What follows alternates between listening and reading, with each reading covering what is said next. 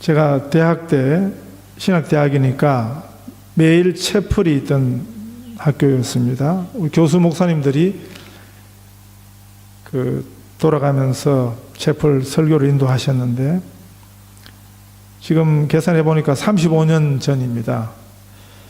그때 들었던 설교도 잊을 수 없는 설교들이 몇 편이 있습니다. 그 중에 한 편이 이미 채플 공지가 되면서 오늘 어떤 분이 어떤 본문을 가지고 어떤 제목으로 설교를 하신다 이렇게 공지가 되는데, 오늘 이 본문입니다. 로마서 7장 15절에서 25절 이 본문을 가지고 제목이 제가 오늘 사용하는 제목, 불쌍한 그리스도인, 이런 제목으로 그분이 설교를 준비하셨고요. 제가 그 제목을 듣는 순간에 제 마음에 반발이 일어났습니다. 아마 오늘 우리 성도님들 가운데서도 주보를 보시고 설교 제목을 보시면서 불쌍한 그리스도인 하면서 마음에 질문이 생긴 분들이 있을 것입니다. 그때 저는 아니 그리스도인이 왜 불쌍해? 이 뭔가 좀 맞지 않다. 영광스러운 그리스도인, 복된 그리스도인, 이렇게 해야 맞지. 불쌍한 그리스도인. 제가 그 제목을 들었을 때는 도무지 이해할 수 없었습니다. 그런데 그리스도인 된 우리들이 왜 불쌍한가? 물론 우리 안에 복됨이 있습니다. 하나님 자녀됨의 영광이 있습니다. 얼마나 복되고 영광스러운 이름이 그리스도인이라는 이름입니까?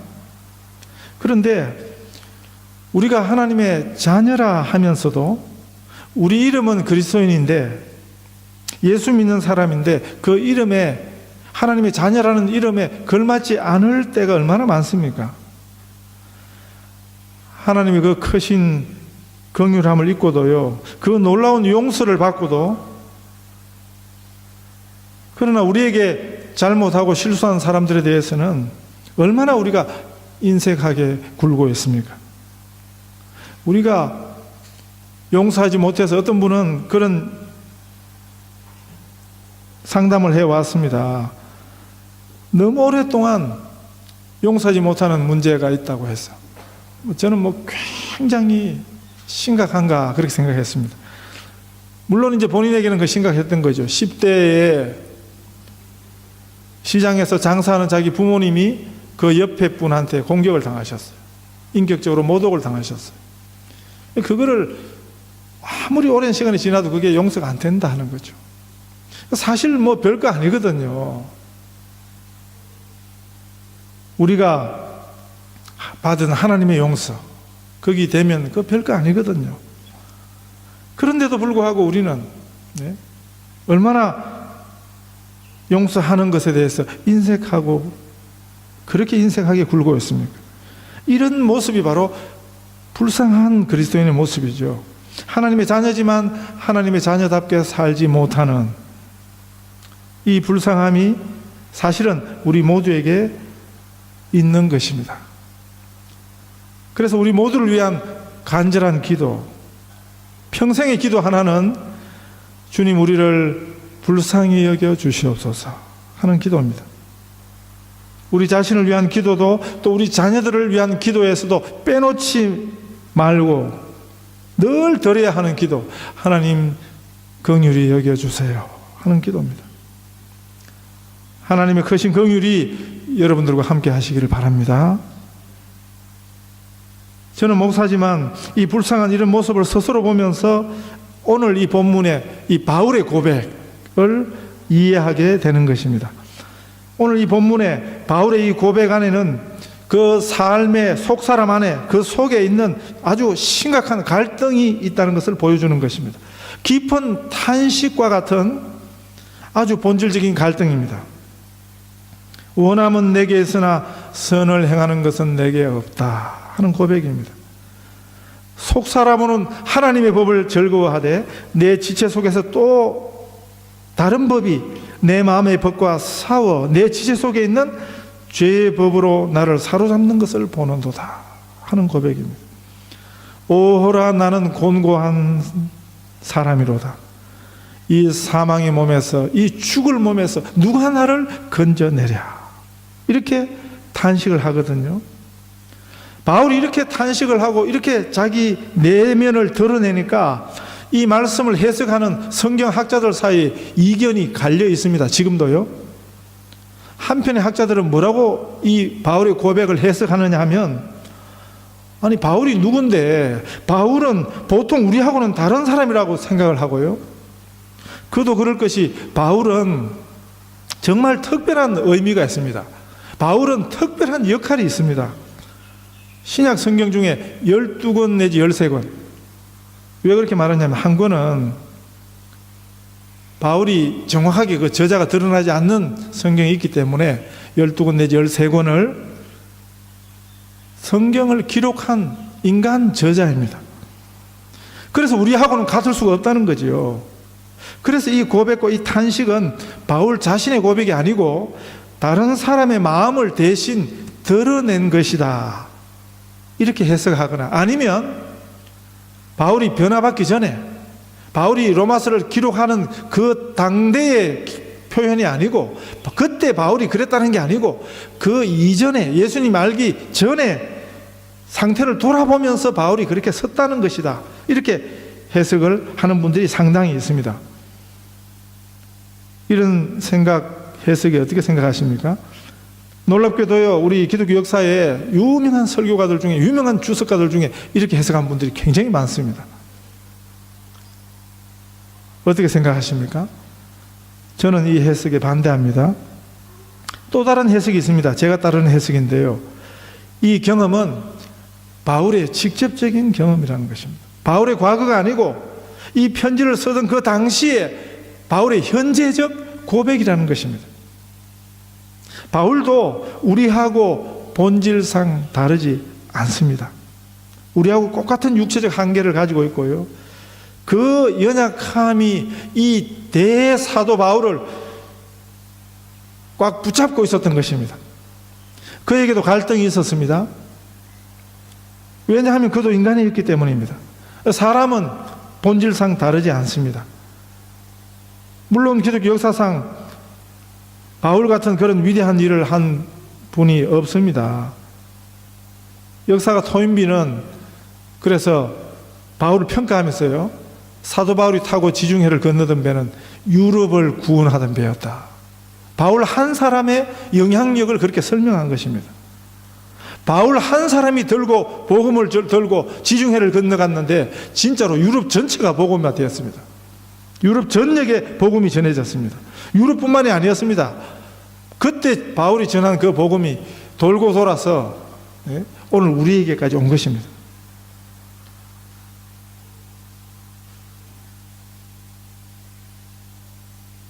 기독교 역사에 이름 올릴 인물들이 여럿 있어도 바울하고는 정말 비길 수가 없습니다. 바울은 누구나 인정하는 그런 인물입니다. 그러나 바울이 이 로마서에서 선언한 것처럼 의인은 없나니 하나도 없다, 이렇게 선언했을 때 자기 자신은 거기 빼놓고 말한 것이겠습니까? 아닙니다. 바울도 예외가 아니었습니다. 바울이 자신을 특별히 죄인 중에도 괴수라고 이렇게 고백을 해요. 겸손의 표현이겠습니까? 실제로 그랬던 게 아니고 사실은 그러지 않는데 겸손하게 그렇게 표현을 한 것입니까? 과하게 그렇게 표현을 한 것이겠습니까? 저는 생각에 성경을 그렇게 보면 안 된다고 생각합니다. 바울의 처절한 고백이었습니다. 그가 스스로 하나님 앞에서 자신을 진실로 발견한 진실한 고백이었습니다. 그래서 바울을 다르게 보는 생각들 자체가 잘못된 생각이라고 생각합니다. 바울을 다르게 보는 이해들 자체가 복음에 반하는 것입니다. 지금 로마서를 기록한 바울의 그 근본을, 그 가르침을 근본적으로 뒤엎는 생각들인 것입니다. 바울은 굉장한 사람이라고, 바울은 남다른 사람이라고, 바울만큼은 특별하다고 하는 것이 마치 바울 편을 드는 것 같지만 그건 사실은 바울을 굉장히 모독하는 것입니다. 오히려 바울이 전하면 그 복음을 해방하는 자들의 생각인 것입니다. 누구도 다르지 않습니다. 인간은 근본이 다르지 않습니다. 우리 모두에게 바울이 가졌던 이 똑같은 고민과 갈등이 있는 것입니다. 특별히 우리 그리스도인인 우리 내면에 심각한 갈등이 있습니다. 선을 원하는 마음이 있는데, 양심의 소리가 있는데, 그보다 더 강력한 성령의 소원이 있는데, 그런데 그거를 반대로 끄는 세력이 또한 있는 것입니다. 로마서에서는 옛사람과 새사람의 존재입니다. 우리 속에 있는 이 두 가지 본성은 전혀 다른 성질을 가졌습니다. 하나는 선한 본성입니다. 하나는 악한 본성입니다. 이 전혀 다른 두 본성이 있어도 선한 본성이 악한 본성을 이기면 그건 문제가 되지 않습니다. 우리 속에 두 다른 본성이 있어도 선이 악을 이기면 그건 전혀 문제가 되지 않는 것입니다. 그런데 문제는 뭡니까? 언제나 악한 본성이 강하다는 것입니다. 그래서 인간이 죄인인 것입니다. 인간을 건드리지 않고 가만히 내어버려 두면 선한 쪽으로 가지 않고 죄 짓는 쪽으로 가는 것입니다. 악한 쪽으로 가는 것입니다. 심지어는 아무리 적극적으로 교육을 시켜도 신앙생활, 종교생활, 철학 이런 걸 가지고 훈련을 시켜도 안 된다는 것입니다. 우리 속에 있는 이 죄의 본성, 악의 본성이 엄청 강하다는데 인간 문제가 있는 것입니다. 우리 몸에 아무리 나쁜 병균이 들어와도요, 우리 몸에 있는 면역의 힘이 그 어떤 병균이라도 이겨낸다면 아무 병원도 약도 필요가 없을 것입니다. 그런데 문제는 몸은 건강한 사람들이 많습니다. 몸은 한 사람의 생애를 볼 때도 어떤 때는 굉장히 건강할 때가 있는 것입니다. 그래서 어떤 병균하고도 이겨낼 수 있는 면역력이 아주 강해가지고 병이 별것 아닌 그럴 때가 있다는 것입니다. 그런데 문제는 뭡니까? 우리의 본성입니다. 우리의 속사람입니다. 우리의 영혼입니다. 우리의 속사람은 악을 이기지 못한다 하는 것이 그게 문제입니다. 인간이 처음부터 그랬던 건 아닙니다. 하나님께서 처음부터 인간을 그렇게 유약하게 창조하지 아니하셨습니다. 하나님께서 우리를 창조하실 때부터 우리가 그렇게 악했던 게 아니었습니다. 선하게 창조하셨습니다. 하나님의 형상대로 지으셨습니다. 하나님이 선하시기 때문에 우리는 하나님의 선을 닮았습니다. 그런데 처음에는 인간에게 죽음이라는 것도 없었습니다. 영원히 사는 존재였습니다. 죄가 없는 에덴 동산에서 살았습니다. 그런데 왜 인간에게 악이 있게 된 것일까요? 하나님이 악을 만드셨습니까? 하나님이 악을 제거할 수 없으셨겠습니까? 사단이 공격을 해온 것입니다.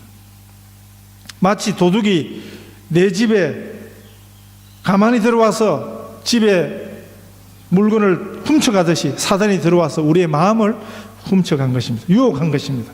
아담과 이브를 유혹해서 죄짓게 만들고요. 죄를 지으니까 악이 들어온 것입니다. 죽음이 들어오게 된 것입니다. 죄가 들어온 후로부터 인간에게 악한 본성이 생기게 된 것입니다. 처음부터 있었던 게 아니었습니다. 마치 이것은 누군가 하얀 천에 시뻘건 물감을 뿌려놓은 것과 같은 것입니다. 그런데 그 물감을 뿌리게 내버려 둔 것은 우리들이었습니다. 우리가 마귀가 물감을 뿌리도록 문을 열어놓은 것입니다. 그래서 인간 안에 두 가지 본성이 공존하게 되었습니다. 이 두 가지 본성은 서로 대적하고 서로 싸우고 갈등하는 것입니다. 어떤 사람은 이것을 예민하게 느끼는 것입니다. 자신의 안에 있는 죄와 위선 같은 것을 아주 예민하게 느끼는 것입니다. 반대로 둔한 사람도 있습니다. 죄를 많이 짓고도 동물처럼 뻔뻔하게 아무 일이 없는 것처럼 아무런 느낌이 없는 사람들도 많은 것입니다. 우리가 갈등을 그래서 긍정적으로 생각할 수 있습니다. 갈등이 있음을 예민하게 느끼는 것은 그건 좋은 것입니다. 이 갈등이 있다는 것은 영적으로 건강하다는 증거입니다. 고민하지 마십시오. 나는 왜 이 밤낮 이런 갈등이 있을까? 우리가 육신을 입고 있는 한 갈등이 끝나지 않습니다. 갈등이 있는 것이 오히려 좋은 것입니다. 오늘 본문이 사실 그것을 보여주는 것입니다. 바울이 이렇게 탄식하고 갈등 때문에 고민하고 토로하지만 여기서 끝이 아닌 것입니다. 성령님이 없으면 갈등할 것도 없습니다. 고민할 것도 없습니다. 율법의 요구를 거스르면서도 점점 더 대담해져 가는 것입니다. 그러나 그리스도인은 갈등 앞에 심각하게 고민하게 되는 것입니다. 그 고민이 결국은 성령님에게 우리가 도움을 청하게 되는 것입니다. 콜레스테롤이 나쁜 것만이 아닙니다. 적정량의 콜레스테롤 수치는 필요한 것입니다. 스트레스가 다 나쁜 게 아니에요. 적절한 스트레스는 오히려 건강에 필수 조건입니다. 잠 못 자게 하고 번민하게 하고 이런 스트레스 말고요. 건강한 스트레스는 도전 정신에서 오는 것입니다. 적당한 것, 충분히 할 만한 일을 하는 것은 그건 스트레스도 없고 도전 정신도 없는 거죠. 충분히 버거워하는 것입니다. 그것이 우리에게 건강한 도전 정신을 불러일으킵니다. 저희 교회에 이 상당한 도전을 매주 거의 주시는 분이 계신데 제가 보니까 많은 분들이 넘어갔어요. 지금 조금 더 있으면 아마 저희 교회 멤버들 중에서 악기를 다룰 수 없는 사람은 거의 없어질 것 같습니다. 얼마나 좋은 도전입니까? 도전조차도 안 되는 아무것도 아닌 일이 아니라요. 이 신경 써야 되는 것입니다. 지속적으로 연습을 해야 되고 그게 아니면 식전 연주 불가능합니다. 아마 처음 남들 앞에서 악기를 들고 연주를 하게 되는 분은 청심환 하나를 드시고 해야 될 정도로 스트레스일 줄 모르는 것입니다.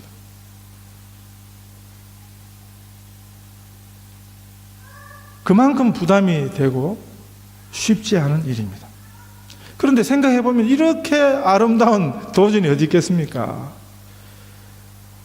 우리들이 목적은 뭡니까? 이 악기를 연주하는 목적이 뭡니까? 주님을 찬양하는 목적으로. 이 악기들을 다룰 때 여긴 더 큰 의미가 있는 것입니다.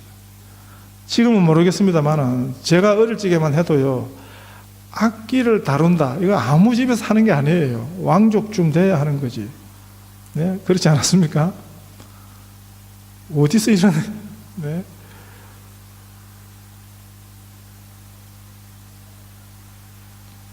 저는 남들이 안 하는 지휘를 한번 해보려고 생각하고 있습니다. 영적 갈등도 이런 좋은 의미가 있지 않겠습니까? 오히려 우리의 이 갈등이요, 특별히 영적인 갈등이 우리를 온전한 믿음으로 인도하는 길잡이가 될 수 있는 것입니다. 우리의 부족과 한계를 알게 하고요. 이것을 모를 때 누구나 갈등은 있는 것입니다. 갈등이 하나도 없는 것으로 여기고 사는 것이죠. 모른다는 것은. 그럴 때는 문제가 더 깊어지는 것입니다. 갈등이 있음 때문에 감사하실 수 있기를 바랍니다. 이 갈등 앞에 대사도 바울도 정직해졌습니다. 이것이 기독교인의 한 모델입니다. 갈등 앞에서 오히려 당당하십시오. 갈등을 숨기지 마시고 갈등이 없는 것처럼 가장하지 마시고, 이럴 때 이혜인 시인의 영적 고백이 얼마나 적절한가요? 하찮은 일에도 왠지 가슴이 뛰는 가을, 나는 당신 앞에 늘 소심증 환자입니다.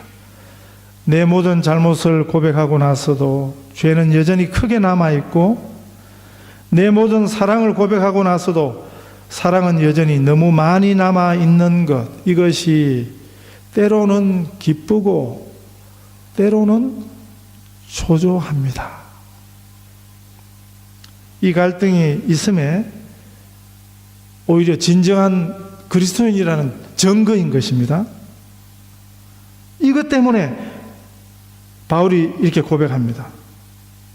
우리 주 예수 그리스도로 말미암아 하나님께 감사하리로다. 하나님 앞에서 깨닫는 갈등이거든요. 그래서 이 갈등을 넘어서도록, 이 갈등을 이길 수 있도록 성령님이 우리에게 오셨습니다. 사도 바울처럼 갈등으로 인해서 오히려 고백하실 수 있도록, 감사하실 수 있도록, 찬양하실 수 있도록 그런 우리 성도들 다 되시기를 축복합니다.